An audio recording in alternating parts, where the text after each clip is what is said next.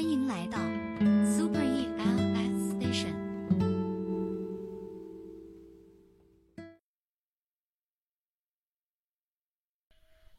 这是我一个朋友的故事，就叫她小桃好了。小桃长得特别的漂亮，像朵初开的桃花，明媚动人。那个时候我刚考到县高中，和小桃分在了同一个宿舍。在我们那个偏远的小县城，小桃美得格外出挑。我要怎么形容呢？坐在同样的教室里，穿着同样普通的衣裙，她的画风和所有人都不一样。说一句明眸皓齿不过分，随便一笑都灿若朝霞。一下课，高年级的男生会在我们班门口排队看她，就是这么夸张。可想而知，追求小桃的男生多到数不过来。每天上课，课桌里都有情书和小礼物，早上还有人贴心地送上早点。作为他的室友兼好友，我真的是羡慕哭了。但是小桃从来不在乎，无论是礼物还是吃的，不是送给了我们，就是捐给了垃圾桶。不得不感慨，好看的人平白拥有太多常人无法享受的隐形福利了。所以那个时候我打死也想不到，小桃也会有被拒绝的时候。高二了，我们语文老师家里有一片茶田，春天会叫上一些同学去帮忙采茶。小桃就是在茶田里认识柯俊的。柯俊和我们同级不同班，他是那种氛围帅哥，有一双朦胧的眼睛，随时随地散发着忧郁的气息。如果现在看来，多少有一点装了。但是对于花季少女来说，走在茶田里的忧郁少年，就有言情小说男主的味道了。小桃和柯俊住在邻村，回家的时候两个人正好同行。春日暖暖，茶香四溢，小桃聊着聊着就动了心。再回学校，两个人的来往就变得密切了起来。每逢周末，他们还会结伴回家。我们都以为小桃在恋爱了，虽然她什么都没说，但那种潜藏在眼睛里的欣喜的光，女生都懂的。私下里，我们几个凡人室友还感慨，美女就是为所欲为，校草随便挑。然而2个月后的一个晚自习，小桃忽然哭着回来了。我不知道发生了什么，忙问怎么了。小桃哭了一阵才告诉我，她向柯俊表白，但柯俊拒绝了她。柯俊说他有自己喜欢的人。我当时的第一个想法，柯俊是不是傻呀？全校有哪个女生能比得上小桃漂亮？我劝小桃不要难过，是柯俊眼瞎，为这种男生不值得。可小桃依旧放不下，哭了整整1个晚上。自从被拒绝之后，柯俊再也没有和小桃同行回过家。小桃性格一下子变了很多，少了以前的明媚，多了淡淡的阴郁。常常看到她一个人坐着发呆，暗自神伤。有一次，我安慰她说，不要再想柯俊了，他这个人不地道。他要是真喜欢那个女生，为什么还和你搞这么久的暧昧？我看他也是目的不纯。可小桃说，我相信他对我是有感觉的，可惜爱情有先来后到，他拒绝我，说明他人品是好的，没有骗我。要怪就怪我爱上了不该爱的人吧。我有一点惊讶，那是我第一次发现，即便是最漂亮的校花，也一样会为爱所惑，为情所困。就算被男生伤害了，也会把责任揽在自己身上，然后给他找一个恰如其分的理由来修补形象。小桃直到高中毕业都没有再谈过恋爱了。追她的男生从学长变成了学弟，依然前赴后继。可他对谁都无动于衷。高考之后，柯俊去了省城一所很有名气的大学，而我和小桃就不行了，双双落榜。我姑姑帮我在市里找了一份工作，小桃跟着亲戚去了广州。大家好像都还没来得及告别，就奔向了不同的人生。以前觉得高中的姐妹会是一生的朋友，但是时间与距离还是把我们冲散了，渐渐地断了联系。我在市里定居下来，找到了一个靠谱的男人，嫁人生子。没有谁惊艳过我的时光，但有人温柔了我的岁月。偶尔会想起小桃，像她这样的美女，一定会把人生过得风光而又精彩。就这样，时间来到了2016年。高中的一个老同学是个很能张罗的人，他拉了一个高中微信群，我加进去之后，第一眼就看到了小桃。于是我们断了10几年的友情，才重新有了联系。我有点意外，小桃没有留在光鲜热闹的广州，她在那边工作了一段时间，爸妈就喊她回来相亲了。说到底，她还是个传统的女孩，在父母看中的几个男人里挑了一个，嫁人生子。我问小桃，不后悔那么早就嫁人吗？她说，有什么后悔的，我现在也蛮好的呀。她的老公叫黄志良，开了一家建筑公司，为人又勤劳又本分。能娶到小桃的男人，多少都有点仰视感吧。婚后这么多年，一直是小桃如珍宝。工作的原因，她一年只能在家几个月，可是从来都没有传出过什么乱七八糟的事儿。这些年，买新房，买新车，挣的钱全部都交给小桃管着，亲朋好友无不夸小桃有福气。春节的时候，高中班长组织了聚会，好多人都去参加。聚会上，我见到了小桃，瞬间理解了她老公为什么那么爱她。我们这帮人真的就是孩子妈了，生活的鸡毛蒜皮都在脸上留下了痕迹。可小桃哪里像是个有13岁孩子的女人，她依旧光鲜，依旧明艳。如果非要说变化，只能说学生时代的她是初放的花蕾，现在真的就是盛放的桃花了。到场的男生，无论成家没成家的，都一拥而上。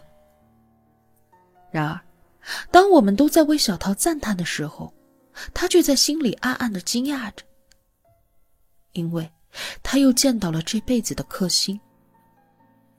是的，柯俊那天也来了，没有仔细打听他的事儿，只知道他并没有娶曾经喜欢的那个女孩。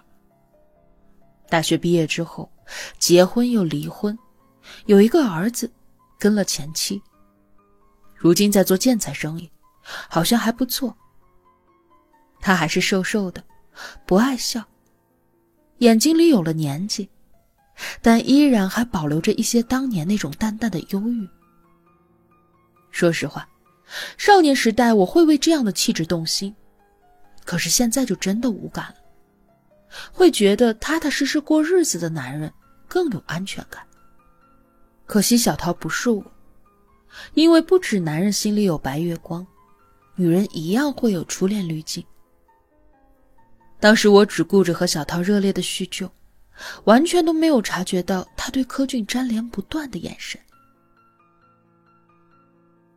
还是后来了，我们几个当年要好的同学又约了几次见面，小桃都会叫上柯俊。有一次吃饭，说起了从前，我没心没肺地说小桃当年被拒，一个人哭了1个晚上。本来是开玩笑嘛，调侃物是人非，可是两位主角相视一笑，避开了眼神。都是成年人，某些微妙的情绪一瞬间就被我捕捉到了。那天散场，我单独拉住小桃问怎么回事。小桃犹豫了一下，说我和他在一起了。我这才知道，第一次聚会那天，柯俊喝醉了，是小桃送他回的家。孤男寡女，干柴烈火，两个人当天就发生了关系。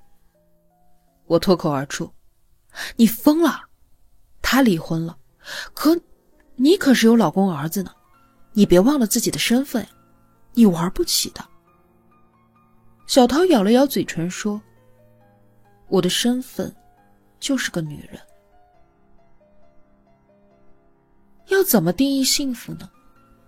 在旁人眼里，小桃就是住在幸福里的人吧。老公专一又能挣钱，儿子听话懂事，学习好，她还手握家里的经济大权，衣食无忧，真正的人生赢家。可是只有小桃自己知道，她的生活就是一潭死水。黄志良常年在外地工作，儿子小的时候还好，占据了他大部分的时间。可如今，儿子上了寄宿学校，留下大片的空白，变成了大把的空虚。第一次觉得，女人不工作，不见得是享受人生的好事儿。与社会脱节，就等于变相的给自己建了个牢笼。等你想走出去的时候，才发现，已经丧失了独立行走的能力。我能理解小桃的寂寞，那么美，却成了躺在井底的宝石。我也能理解小桃对于柯俊的感觉。曾经深爱的男孩，终于回归到了自己的生命里，激动与庆幸不可阻挡。然而，我更看见了一口巨大的火坑，小桃摇摇欲坠地站在坑边，而不自知。我拼力地劝他收手，我说，你这是在玩火呀，女人不比男人，玩不起的。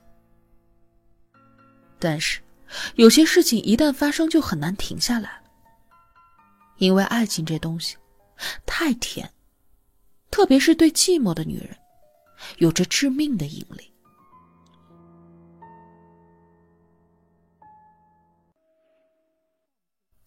那段时间里，小桃特别的开心，像个初恋的小女生。可是，这一段感情必须是隐秘的，她所有的小幸福、小快乐，只能告诉看破了秘密的我。她在微信上说，她和柯俊一起回了学校，一起看望了年迈的老师，一起走了放学回家的老路。他仿佛在弥补着错失的青春，隔着屏幕都能够感受到他的欢喜和快乐。可我心里总是怕的，时常劝他断了这一段不正常的关系。于是小桃就不太愿意找我讲他和柯俊的事儿了。我只知道他们一直都没有断。反正黄志良常年不在家，儿子1周才回来一次。小桃就这样悄悄的且肆无忌惮地偷尝着禁果。这件事我只能私下和老公说，觉得小桃太不思后果。老公安慰我说，也不要太担心了，他是成年人，知道自己在做什么。然而我们都把问题想得太简单了，成年人的世界哪有那么多单纯的爱情呢？小桃是久不涉世，才会义无反顾地奔赴情网。可柯俊呢？生意场上摸爬滚打了这么久，心里又能装得下多少真情？2019年夏天，我忽然接到小桃的电话，她焦急地说，快帮我想想办法。我这才知道，黄志良前2天突然打电话回来，说公司资金出了问题，要小桃把家里的钱打过去。可是半年前，柯俊说自己的公司需要资金周转，把小桃的全部家底都借走了，108万，至今1分都没还。问就是他也没有钱。小桃哭着问我怎么办啊？我安慰她不要急，柯俊好歹也是个老板，怎么也能弄出来的。可我高估柯俊了。我给他打电话，完全一副死猪不怕开水烫的样子。我说，大家都是同学一场，想不到你这么渣。他说，你骂我也没有用啊，我现在是真没钱。我当时心情糟透了，一想到小桃要面对黄之良的质问，真的替他难受。那2天我一直在想如何帮助小桃渡过难关。可是小桃忽然给我打了电话，这一次她的语气极其平静。她说，我完了。我说，没事的，你老公那么爱你，你好好的承认错误，他能够原谅你的。柯俊那边的钱只要有转账记录，就告到他还。小桃静默了一会儿，说，我怀孕了。我仿佛听见了一声晴天霹雳，浑身一哆嗦。她老公有大半年没有回家了。我说，打掉，这还犹豫什么呀？渣男的孩子你还要留着吗？可小桃那边却无声地挂断了电话。有时候压倒一个人真的只需要一根稻草。其实所有的事情都有解决的办法，可人有时候站在墙角，怎么也转不回头。就在那天晚上，小桃自杀了。等到被发现的时候，人已经去了。我知道后直奔小桃家。黄之良傍晚也赶回来了，整个人几乎都站不住了。他瞪着血红的眼，一言不发地坐着2天1夜，滴水未进，谁也劝不动。而他们那个1.8米的帅儿子哭红了眼睛。那样的画面至今想起来我都还觉得难过，一直不敢回忆，不敢和任何人说起。原本是多么幸福的一家呀。后来再看见黄之良，是在小桃的婚礼上。高中的同学们都去了，只有柯俊没有来。这些日子黄之良多多少少知道了小桃和柯俊的事，可他这个人就像个闷葫芦，看不出太多的悲伤，也看不出太大的愤怒。那天我们所有人都走了，他一个人在小桃的坟前陪了整整1夜。山风孤影，美人不在，没有人知道他在小桃的坟前说过什么，想过什么，也没有人知道他究竟是在憎恨小桃对于自己的背叛，还是后悔自己忙于工作，疏于对小桃的关心。说不清到底是谁的错。那天直到天边渐白，黄之良才默默地离开了。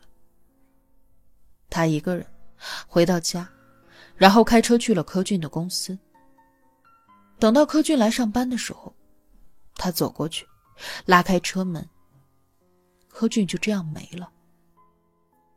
我从来没有想过小桃的故事结局会是这么惨烈，以至于每次想起我都会有一种无法言说的心痛。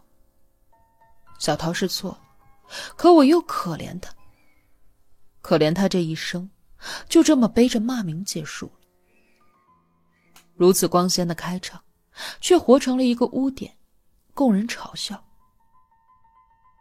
黄之良那天回到家，把儿子送去了妹妹家，然后自首了，被判无期。判决下来的那一天，高中的微信群里面都在聊，大家都觉得难以接受。在男人眼里，小桃是他们的青春啊，女人们更是替小桃觉得悲凉。